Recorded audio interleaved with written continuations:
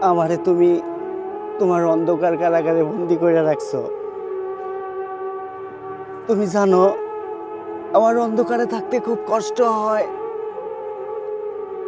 আমি অন্ধকারে ভয় পাই, কিন্তু কিন্তু তুমি ইচ্ছা করে আমার ওইখানে বন্ধ করে রাখছো। আহ বিশ্বাস করো,